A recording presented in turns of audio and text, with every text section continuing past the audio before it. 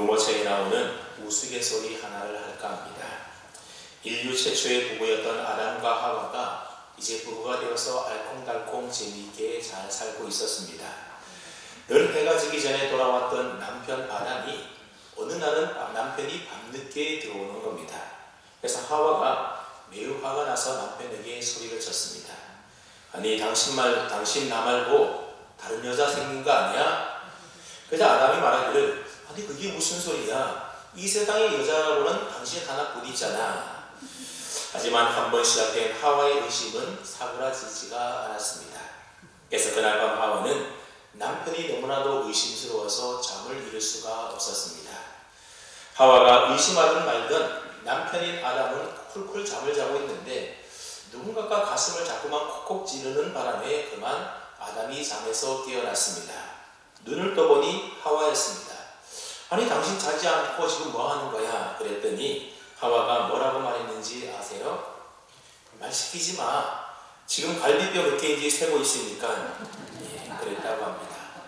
우스갯소리이지만 어쩌면 우리 인간들은 최초 인류 아담 때부터 끊임없이 의심하는 존재가 바로 우리 인간들이 아닌가 생각해 봅니다. 그런 의심 때문에 선악과를 먹으면 정령 죽는다 그렇게 말씀하신 그 하나님의 말씀조차도 의심하다가 나중에 결국 죄를 짓고 말지 않습니까? 그러고 보면 인간의 의심의 역사라고 하는 것은 죄의 역사와 같이 한다라고 볼 수가 있습니다. 물론 인간의 의심은 사물을 회의하는 능력이 되어서 인간의 지식과 문화와 또 예술의 발전을 가져오게 했던 긍정적인 면이 없지 않아 있습니다. 그러나 많은 경우에 의심이라고 하는 것은 우리 인간의 삶에 있어서 긍정적인 면보다는 부정적인 면이 훨씬 더 많다라고 하는 겁니다. 며칠 전 뉴스를 보는데 한 50대 남성이 아내를 의심해서 무작위하게 폭행을 하다가 주민들의 신고로 인해서 경찰에 연행했다고 합니다. 근데 이게 남편이 의심한 내용을 가만히 들어보게 되면 사실 말도 안 되는 의심을 하고 있는 겁니다. 이들이 재혼 부부인데 아내분이 이전 남편에게서 낳은 아들이 있었다는 겁니다. 근데 재혼한 이 남편이 아내와 그 아들 사이를 부적절한 관계로 의심해서 폭행을 했다는 겁니다. 여러분 의처증, 의부증 이게 정말 가만히 보면 정말로 무서운 병이 바로 이런 병입니다. 이런 병에 걸리면 빨리 정신과 가서 치료를 받아야 되지 치료받지 않고 그냥 가만히 내버려 두게 되면 그 가정이 지옥처럼 변해서 결국 두 사람 다 불행해질 수밖에 없는 겁니다. 가정이 행복해지려면 부부간의 믿음과 신뢰가 그 무엇보다도 중요한 것입니다.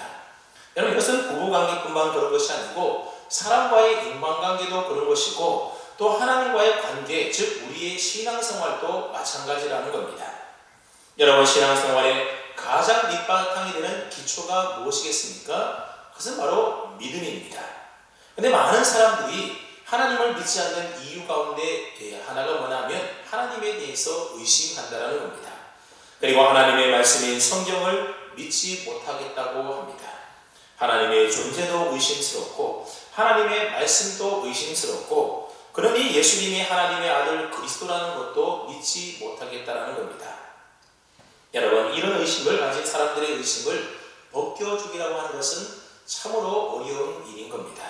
그러나 분명한 것은 신앙생활에 있어서 이 의심이라고 하는 것은 하나님의 은혜와 축복을 가로막는 크나큰 장애물이라고 하는 사실입니다. 그런데 누구나 한 번쯤 우리 믿음의 사람들도 가끔 의심에 사로잡힐 때가 있지 않습니까?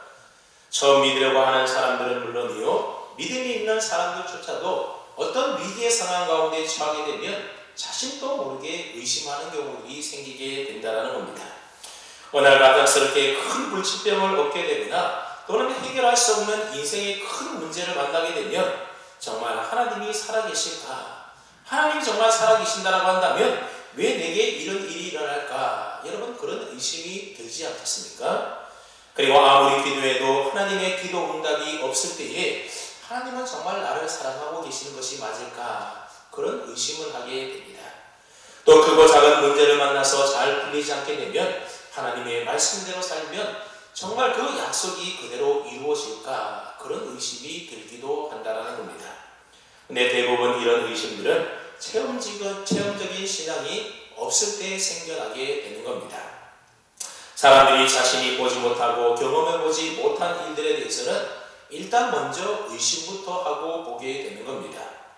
특별히 현대인들은 이성과 논리와 과학을 신봉하기 때문에 더더욱 자기가 눈으로 보지 못하고 자기가 경험하지 않는 것에 대해서는 절대로 믿으려 하지도 인정하려고도 하지 않는다는 겁니다. 오늘 본문에 나오는 예수님의 제자 도마도 바로 그런 사람이었습니다. 그는 자기 경험만을 절대적으로 믿는 사람으로 자신이 직접 보지 못하고 자신이 만져보지 못하고 경험하지 않으면 믿지 않는 사람이었던 겁니다. 그래서 우리는 흔히 이 도마를 가리켜서 의심 많은 제자다 그렇게 지금도 불리고 있습니다. 하지만 엄밀하게 좀 따져본다면 이 도마는 의심이 많다라기보다는 자기 체험에 의존하는 어떻게 보면 좀 굉장히 편협한 믿음을 가지고 있었던 사람이라고 할 수가 있습니다. 그래서 요한복음 14장에 보게 되면 이 도마가 어떤 사람인지에 대하여 알 수 있는 내용이 기록되어 있는데 그때 예수님께서는 잡히시기 전에 제자들과 이 다락방에 모여서 최후의 만찬을 드셨습니다. 그리고 그때 제자들 향하여 이제 내가 너희를 위하여 거처를 예비하러 간다 그런 말씀을 예수님이 제자들에게 하셨던 겁니다. 그리고 근심하는 제자들을 향하여 뭐라고 당부하셨는가 하면 너희는 마음에 근심하지 말라 하나님을 믿으니 또 나를 믿으라 그렇게 예수님이 제자들에게 당부를 하셨습니다. 예수님이 제자를 떠나 이제 아버지께로 가야 되지만 그러나 영원히 떠나는 것이 아니라 내가 먼저 가서 너희를 위하여 거처를 예비하러 가는 것이니 걱정하지 말라라고 예수님이 제자들에게 말씀하셨던 겁니다. 근데 그때 이 예수님의 말을 듣던 도마가 예수님에게 이렇게 묻습니다. 주여 주께서 어디로 가시는지 우리가 알지 못하거늘 그 길을 어찌 알겠사옵나이까 그렇게 묻습니다. 한마디로 말하면 예수님 어디로 가는지 우리가 그 가시는 길 도무지 알지 못하는데 어떻게 걱정하지 않을 수 있겠냐라고 지금 묻고 있는 겁니다. 이처럼 도마는 보지 못한 일, 경험해보지 못한 일에 대해서는 우선적으로 의심부터 또 회의를 품는 제자였다라고 하는 겁니다. 그래서 오늘 본문 24절에 보게 되면 사도 요한은 이 도마를 소개하면서 뭐라고 소개하고 있는가 하면 디두모라 불리는 도마다 그렇게 소개를 하고 있습니다. 이 디두모라고 하는 말은 쌍둥이라는 뜻을 가지고 있는 말인데 이 쌍둥이라고 하는 뜻 외에도 어떤 뜻을 가지고 있는가 하면 이중성이라고 하는 의미도 가지고 있는 단어가 바로 이 디두모라고 하는 단어입니다. 사도 요한이 오늘 본문을 기록하면서 이 도마를 소개할 때에 디두모라고 하는 별명을 붙여서 그를 소개하고 있는 것은 이러한 표현을 통하여 도마가 어떤 인물인지에 대하여 좀 부각시키려는 의도에서 그랬던 것 같습니다. 즉 도마는 예수님의 12 제자 중에서 의심과 확신이라고 하는 이중성을 가지고 있었던 디두모인 제자였다라는 것을 이처럼 상징적으로 지금 표현하고 있는 겁니다. 이런 의도에서 오늘 본문을 기록하고 있는 요한은 12 제자 중에 하나로서 디두모라 불리는 도마라고 좀 다소 장황한 표현으로 도마를 소개하고 있는 겁니다. 아무튼 도마는 쌍둥이라 그렇게 불리던 제자였다라는 겁니다. 근데 여러분 요즘에도 보게 되면 이 도마와 쌍둥이 같이 행동을 하는 사람들이 많이 있지 않습니까? 천국이 어디냐? 있으면 한번 보여달라. 보기 전에는 나는 도무지 믿지 못하겠다. 그러는 사람들이 지금도 많이 있다는 겁니다. 그래서 소위 천국에 가봤다라고 하는 사람들이 뭔가 천국에 대한 증거를 대보려고 이런저런 천국에 관한 책들을 쓰는 것 아니겠습니까? 하지만 여러분 그런 책이 무슨 필요가 있겠습니까? 여러분 내가 보지 못하면 존재하지 않는 것이겠습니까? 내 눈에 보이지 않으면 없는 것이겠습니까? 우리는 미국이나 영국은 한 번도 안 가봤지만 당연히 있는 것으로 우리는 믿지 않습니까? 왜 우리가 있다고 믿는 겁니까? 있다고 배웠으니까 또 많은 사람들이 그렇게 가보았다고 하니까 또 그곳에 있는 이 이야기들이 우리 귀에 들리고 TV로도 보니까 우리는 아무 의심 없이 우리가 보지 못했음에도 불구하고 미국이라는 나라가 있구나 영국이라는 나라가 있구나 우리는 믿는 겁니다. 여러분 지금 우리 교회 당안에도 눈에 보이지 않는 수많은 전파들이 이곳에 지금 다니지 않습니까? 눈에 보이지 않지만 그 전파들로 인해서 핸드폰에 전화가 되는 것이고 또 라디오 수신이 되는 것이고 또 와이파이가 켜지게 되는 겁니다.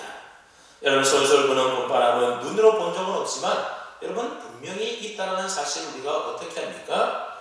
눈에 보이지 않더라도 그 바람이 우리 몸에 느껴지게 되는 겁니다. 바람 때문에 나뭇가지가 움직이는 게 보이는 겁니다. 이처럼 우리의 눈으로 확인해 보지 않다 하더라도 얼마든지 느끼고 믿을 수 있는데도 천국은 내가 안 가봤으니 있는지 없는지 못 믿겠다. 하나님 눈에 보이지 않으니 하나님이 있는지 없는지 나는 모르겠다. 그렇게 아직도 많은 사람들이 자신의 뭔가 체험에 의해서 경험에 의해서 하나님을 믿으려고 한다는 겁니다.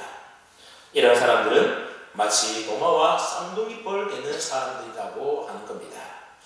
오늘 본문은 부활하신 예수님께서 두 번째로 제자들에게 나타나시던 장면이 기록되어 있습니다. 이전에 주님은 부활하신 날 저녁에 제자들에게 찾아오셔서 자신의 손과 옆구리를 제자들에게 보이시며 두려워 떨고 있는 제자들 향하여 평안과 기쁨을 주시고 또 그들에게 이 예수님의 부활을 증거하라고 하는 사명을 주지 않습니까? 그런데 하필이면 그날 의심 많았던 이 제자 도마가 그날따라 같이 있지 않았다라고 하는 겁니다. 그 자리에 없었습니다. 나중에 도마가 제자들이 있는 곳에 왔을 때에 부활하신 주님을 직접 만났던 제자들이 이 도마에게 놀라운 예수님을 만난 그 부활의 소식을 전해주고 증거하지 않습니까? 하지만 여러분 도마가 어떤 사람입니까? 자신의 눈으로 보지 못한 것에 대해서는 절대로 믿지 않는 사람이었던 겁니다. 그래서 도마가 다른 제자들에게 뭐라고 말을 하는가 하면 내가 그의 손에 못자국을 보며 내 손가락을 그 못자국에 넣으며 내 손을 그 옆구리에 넣어보지 않고는 믿지 아니하겠노라 그렇게 말했다라는 겁니다. 근데 그때 다른 제자들이 이 도마의 말을 듣고 얼마나 답답했겠습니까? 이봐 도마, 그러면 우리가 지금 거짓말 한다는 거야? 우리가 주님을 만났고 주님의 손과 옆구리를 분명히 봤다는데 왜 우리 말을 믿지 못하는 거야? 그냥 우리가 하는 말 좀 제발 믿어봐. 그런데도 도마는 너희가 아무리 그래도 난 내가 보지 못한 것 절대로 믿지 못해. 난 믿을 수가 없어 그랬다라는 겁니다. 그래서 아마 다른 제자들도 포기하고 더 이상 아무 말 하지 않았을 겁니다. 근데 오늘 우리 26절 말씀해 보게 되면 그날로부터 여드레가 지나서 부활하신 주님이 다시금 제자들 앞에 나타나게 된 겁니다. 이번에 나타나실 때도 지난번과 마찬가지로 집의 모든 문들이 다 닫혀 있었고 집의 문이 잠겨져 있을 때 그들 가운데 주님이 한가운데 찾아오셨습니다. 그렇다면 이번에 예수님이 오신 목적은 무엇 때문이었겠습니까? 그것은 바로 의심하는 도마를 만나기 위하여 그들에게 다시 찾아오셨던 겁니다. 예수님은 의심하는 제자 도마의 믿음을 세워주시기 위해서 지금 두 번째로 제자들에게 찾아오셨던 겁니다. 그래서 예수님은 오시자마자 너에게 평강이 있을지어다 그렇게 제자들과 인사를 나눈 후에 곧바로 도마하고만 대화를 이어가고 있는 것을 보게 됩니다. 어떤 대화의 내용이었습니까? 한번 27절 말씀을 함께 해보겠습니다. 27절입니다. 시작.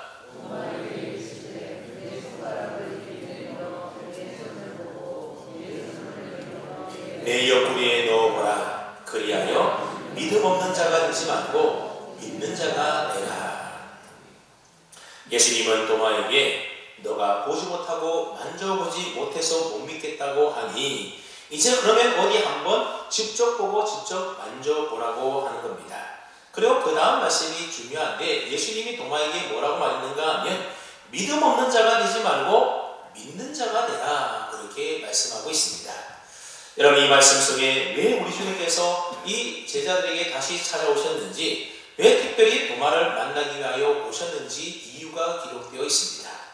맹목적적인 경험주의자였던 이 도마를 변화시켜서 확신으로 가득 찬 믿음의 사람으로 세우기 위해서 주님의 사람으로 쓰시기 위하여 지금 예수님이 그들 가운데 찾아오셨던 겁니다. 여러분 이처럼 예수님은 각기 다른 성격, 다른 특성을 가진 제자들을 이렇게 하나하나 만나서 설득하고 변화시켜서 각자 위대하게 사용하기 위하여 이처럼 예수님이 제자들에게 찾아오셨다는 겁니다. 근데 여러분 이러한 예수님의 모습을 우리가 좀 가만히 생각을 해보면 두 가지 사실을 우리가 깨달아 알 수가 있습니다. 먼저 하나는 예수님께서 도마가 다른 제자들에게 했던 말을 정확하게 다 듣고 다 알고 계셨다라고 하는 사실입니다. 그래서 예수님께서는 의심하던 도마를 향하여 내 손가락을 이리 내밀어 내 손을 보고 내 손을 내밀어서 내 옆구리에 넣어보라. 그래서 믿음 없는 자가 되지 말고 믿음 있는 자가 되라. 그렇게 말씀하셨던 겁니다. 여러분, 예수님의 이 말을 들었던 도마의 마음이 어떠했겠습니까? 아마 뜨끔했을 겁니다. 아니, 예수님께서 내가 어떻게 의심하면서 했던 이 모든 말을 다 하시고 내게 이런 말을 하시는가? 아마 얼굴이 화끈거리면서 어디 쥐구멍이라도 있으면 숨고 싶은 심정이었을 겁니다. 그렇습니다. 우리 주님은 우리가 하는 모든 말들을 다 듣고 계시고 다 알고 계십니다. 그뿐 아니라 아무도 몰래하는 우리의 은밀한 행동도 하나님은 다 알고 계시고 아무도 보지 못하는 우리의 마음의 생각마저도 하나님은 다 알고 보시는 분이라고 하는 겁니다. 그래서 가끔 성도님들 댁에 신방을 가보게 되면 예수님의 형상의 액자가 걸려있는 것을 보는데 그 밑에 보면 어떤 글씨가 적혀 있는가 하면 아마 여러분들도 많이 보셨을 겁니다. 그리스도는 이 집의 주인이시요 식사 때마다 보이지 않는 성님이시요 모든 대화에 말없이 듣는 이시라. 우리가 가정에서 우리가 부부끼리 또는 자녀들과 대화하는 이 모든 말들을 다 누가 듣고 계신다고요? 우리 모든 대화를 다 듣고 알고 계시는 분이 바로 우리 주님이시고 우리 하나님이라고 하는 겁니다. 그럼 우리는 늘 말할 때마다 믿음 없는 말, 불평하는 말, 저주하는 말, 이런 말 하지 말고 믿음 있는 말, 감사하는 말, 축복하는 말을 우리가 해야 될 줄로 압니다. 오늘 본문에서 예수님께서 도마에게 찾아오신 모습을 통하여 또 하나 알 수 있는 사실이 뭔가 하면 우리 주님은 믿음 없는 우리에게 찾아오셔서 확실히 찬 믿음의 사람으로 세워주시는 분이라고 하는 사실입니다. 여러분, 창세기 17장에 보게 되면 아브라함이 99세 때에 하나님이 아브라함에게 찾아오게 됩니다. 근데 그 앞장인 창세기 16장을 보게 되면 아브라함이 아내 사라의 몸종이었던 하갈을 통하여 이스마엘을 낳는 장면이 나옵니다. 여러분, 아브라함이 왜 이스마엘을 낳았겠습니까? 하나님에 대한 약속을 온전히 믿지 못했던 겁니다. 근데 하나님은 그런 아브라함에게 찾아와서 그를 다시금 회복시켜 줍니다. 그리고 실패했던 아브라함에게 영원한 언약을 맺어서 그 표징으로 할례를 받게 하십니다. 그리고 그 다음 해에 100세에 낳은 아들 이삭을 아브라함에게 주셨습니다. 그리고 이때 회복된 믿음을 가지고 나중에 하나님이 아들 이삭을 번제물로 바치라 그랬을 때에 아브라함은 기꺼이 그 믿음을 가지고 순종할 수 있었다라고 하는 겁니다. 여러분, 요나는 또 어떻습니까? 요나는 선지자였음에도 불구하고 하나님이 니느웨로 가서 회개의 메시지를 전해라, 그렇게 하나님이 명령하셨음에도 불구하고 그 하나님의 명령에 불순종했던 선지자가 바로 요나이지 않습니까? 그래서 요나는 욥바로 내려가서 다시스로 가는 배를 타고 멀리 도망을 치게 됩니다. 그러나 하나님은 그런 요나 한 사람을 벼로 세우기 위하여 바람을 일으키고 태풍을 일으켜서 기후와 환경까지 변화시키는 일을 하십니다. 그리고 요나 한 사람을 변화시키기 위하여 큰 물고기를 명해서 요나를 삼키게 하지 않습니까? 그리고 척박한 니느웨 땅에 갔을 때에 악농풀을 자라게 해서 그늘을 만들어 주시고 또 벌레를 준비해서 다 갉아먹게 합니다. 이처럼 하나님은 한 사람 요나를 변화시키기 위하여 믿음의 사람으로 온전하게 세우기 위하여 얼마나 많은 소품들을 사용하셨는지 모릅니다. 그런데 아브라함이나 요나만 그런 것이 아니라 오늘 저와 여러분들도 하나님은 우리를 온전한 믿음의 사람으로 세우기 위하여 우리에게 친히 찾아오시는 주님이라고 하는 사실입니다. 그리고 지금도 우리 주님은 많은 사람들을 동원하시고 때로는 우리의 환경을 바꾸시고 여러 가지 일들을 통하여 우리를 믿음의 사람으로 온전히 세워가고 계십니다. 다음에 살펴볼 요한복음 21장을 보게 되면 실패한 베드로 역시 예수님께서 다시 찾아가셔서 그의 믿음을 회복시켜주는 내용이 기록되어 있지 않습니까? 이처럼 누구든지 그 사람의 영적 상태가 어떠하든지 우리 주님께서 찾아오시기만 하게 되면 그 영혼과 믿음이 다시금 회복된다라고 하는 사실입니다. 이것은 너무나도 분명한 사실입니다. 그래서 돌같이 딱딱하고 얼음같이 차가운 심령이 예수님이 찾아오시게 되고 예수님이 다시금 회복시켜주게 되면 부드러운 마음, 따뜻한 마음으로 분명히 변화되게 되는 겁니다. 그러니 여러분, 믿음 없는 우리들을 포기하지 아니하시고 우리를 찾아와서 만나주시고 회복시켜주시는 그 주님의 은혜와 사랑을 우리가 분명히 믿고 늘 감사하고 고마운 마음으로 우리가 살아가야 하겠습니다.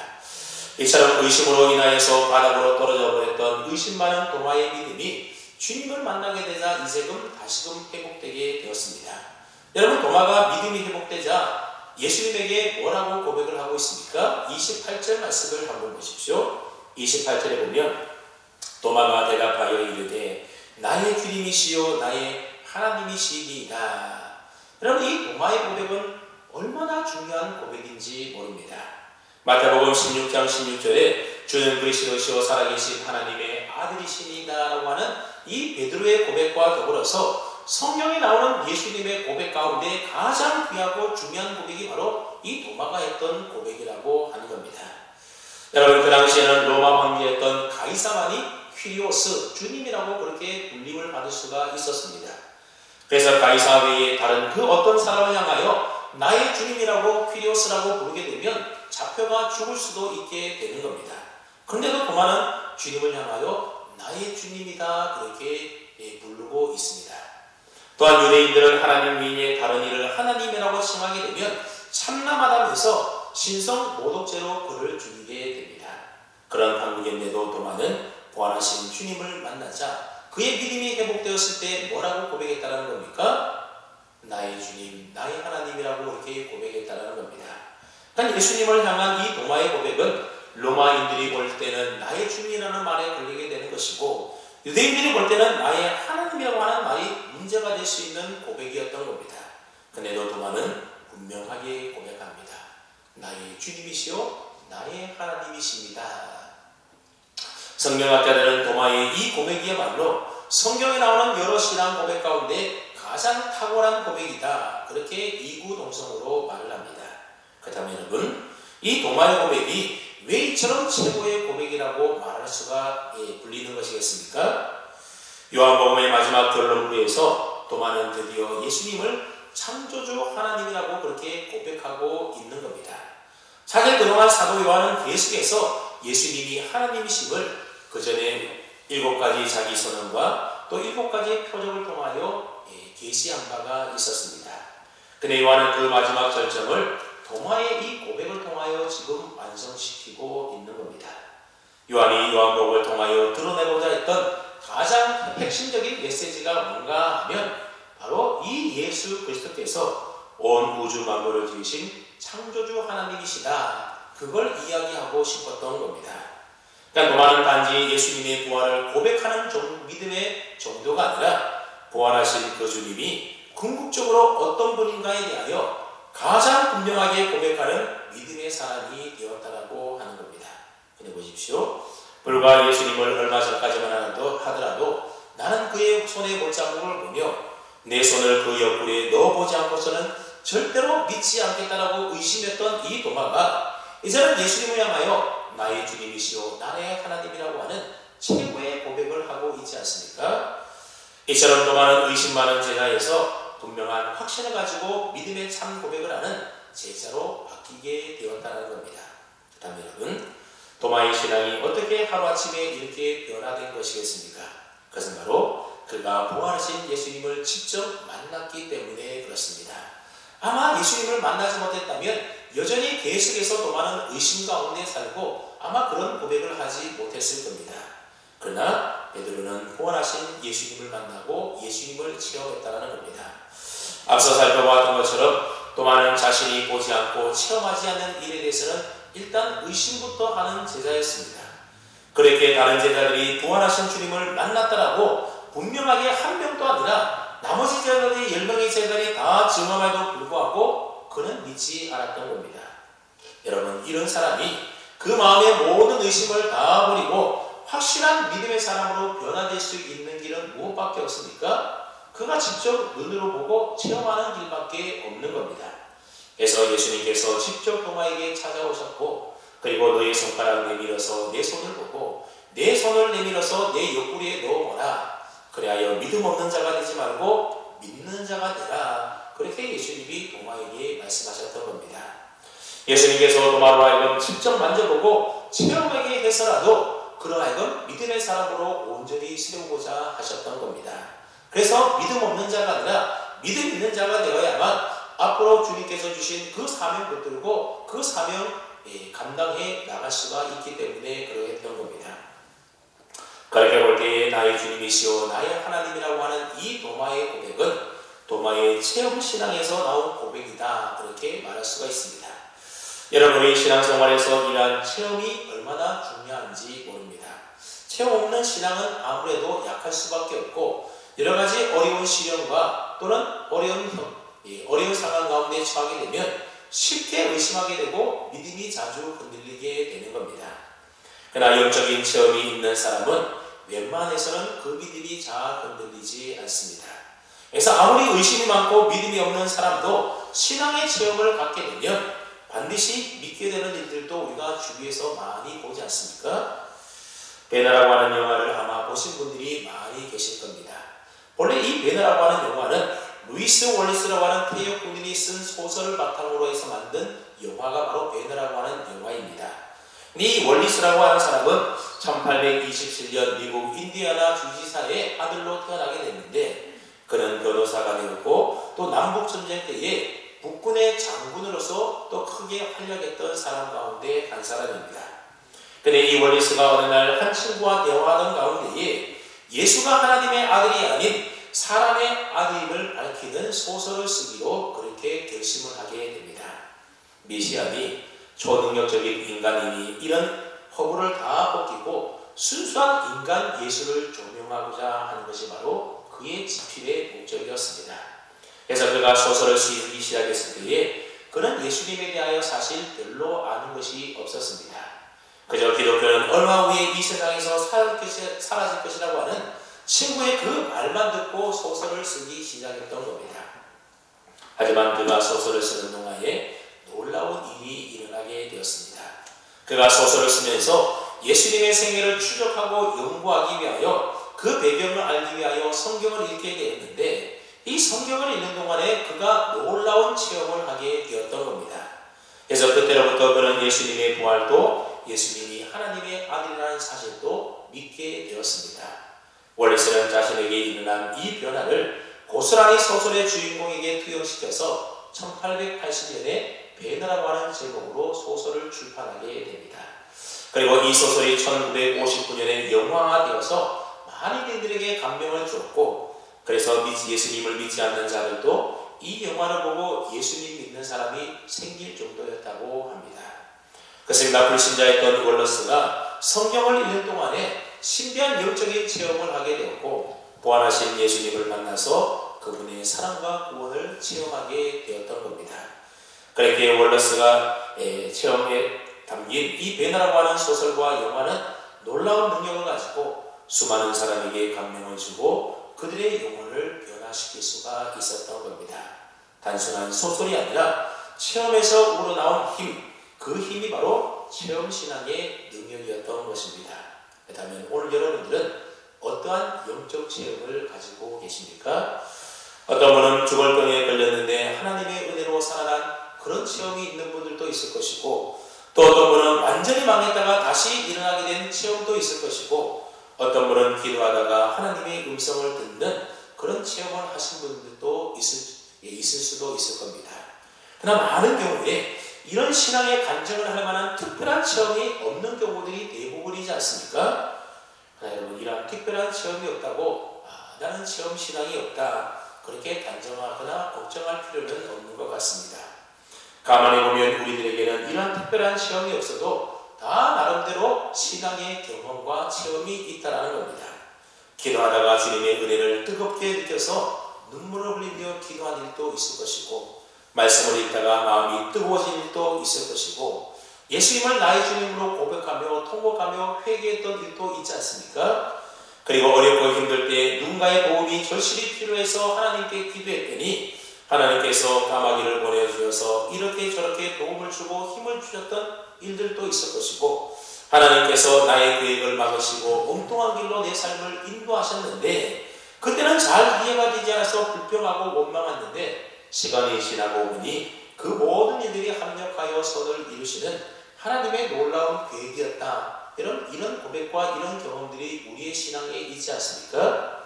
비록 초자연적이고 남에게 자랑할 만한 그런 대담한 체험은 아니지만 이 모든 것들이 나름대로 소중한 귀한 체험의 신앙이라고 하는 겁니다. 이런 영적 체험들이 차곡차곡 쌓여서 우리의 신앙과 믿음을 만들게 되는 것입니다. 그렇다면 여러분, 의심이 확신으로 바뀐 도마는 그 후에 어떻게 되었겠습니까? 도마는 오순절날 성령 강림 이후에 페르시아를 지나서 인도까지 가서 복음을 전했다고 합니다. 오늘날 인도가 힌두교 국가라고만 우리가 알고 있지만 사실 인도 남부 지방에 가게 되면 소수의 진실한 그리스도인들과 그들이 세운 교회가 있다고 합니다. 그들이 다 도마의 후예들인 겁니다. 그러고 보면 도마는 12제자 가운데 가장 멀리까지 가서 복음을 전했던 사람이 바로 이 도마였습니다. 정말 주님의 말씀대로 말씀 있는 그대로 순종해서 땅끝까지 이르러 주님의 증인이 된 사람이 바로 도마였던 겁니다. 그는 마지막에 무릎을 꿇고 기도하다가 창에 찔려서 순교했다고 전해지고 있습니다. 주님이 허리에 창에 찔리신 것처럼 그 역시도 창에 찔려 순교했던 겁니다. 이 모든 일들은 부활하신 예수님을 만나 예수님을 나의 주님, 나의 하나님으로 고백했던 도마에게 그 체험적인 신앙이 있었기 때문에 가능한 일이었다고 하는 겁니다. 여러분, 우리가 잊지 말아야 될 더 중요한 사실이 있는데 그것이 뭔가 하면 이러한 도마의 위대한 신앙 고백에 대한 예수님의 반응이 어떠했는가라고 하는 사실을 우리가 좀 주목해 볼 필요가 있습니다. 우리 함께 29절 말씀을 함께 읽어봅니다. 29절입니다. 시작.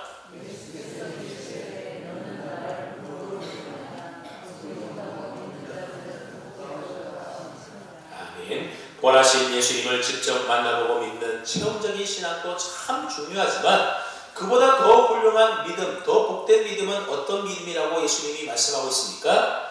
보지 못하고 믿는 믿음, 그 믿음이 훨씬 더 복되다, 더 큰 믿음이다, 그렇게 말하고 있는 겁니다. 여러분, 이 세상에 예수님을 직접 눈으로 보고 만나고 믿는 사람이 과연 몇이나 되겠습니까? 예수님 시대에 불과 그 사람들만 예수님을 직접 보고 믿은 것 아니겠습니까? 이 세상의 대부분의 믿음의 사람들은 다 예수님을 직접 만나지 못했고 직접 눈으로 보지 못하고 믿는 것입니다. 그럼에도 불구하고 우리는 예수님을 만났다, 또 예수님을 인격적으로 만났다, 그런 얘기들을 하지 않습니까? 그러나 그런 편의 말은 우리가 직접 예수님을 보고 만났다는 의미가 아니라 하나님의 말씀인 성경을 읽는 중에 혹은 기도 가운데 우리 심령 속에 찾아오시는 예수님을 우리가 만났다는 의미의 말이 되는 겁니다.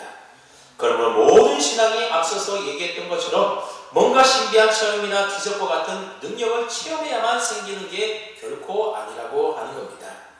이런 경우는 도마의 경우처럼 아주 의심이 많아서 정말로 잘 믿지 못하는 그런 믿음 없는 사람에게 믿음을 주시기 위한 방편으로서 때로는 하나님이 그렇게 역사하시는 경우들이 종종 있습니다. 하지만 대부분의 믿음의 사람들은 하나님의 말씀인 성경을 읽고 듣는 중에 우리는 하나님을 알아가게 되고 예수님을 배우게 되고 인격적으로 예수님을 만나게 되어서 우리 믿음이 자라고 또 믿음이 생기고 자라는 것 아니겠습니까? 그래서 요한은 오늘 보면 30절과 32절에서 자신이 요한복음을 기록하고 있는 이유에 대해서 밝히고 있습니다. 근데 사실 이 내용은 요한복음의 결론에 해당되는 말씀이기 때문에 아직 21장 한 장을 더 남겨둔 상황에서 기록할 말씀이 아닌 겁니다. 이 말씀을 여기에 기록하지 말고 사실 21장 마지막 끝절인 25절과 연결해서 기록해야만 어울릴 수 있는 말씀이라고 하는 겁니다. 그런데 왜 이곳에 기록해 놓았겠습니까? 이곳에 기록해 놓은 이유가 무엇이겠습니까? 그래서 바로 29절의 예수님의 말씀과 연결시켜서 읽기 위해서 여기에 기록해 놓은 겁니다. 예수님께서는 보지 않고 믿는 자가 더 복되다 이렇게 말씀하셨는데 예수님을 보지 않고 믿는 자는 어떻게 예수님을 나의 주님, 나의 하나님으로 그렇게 믿고 고백할 수가 있겠습니까?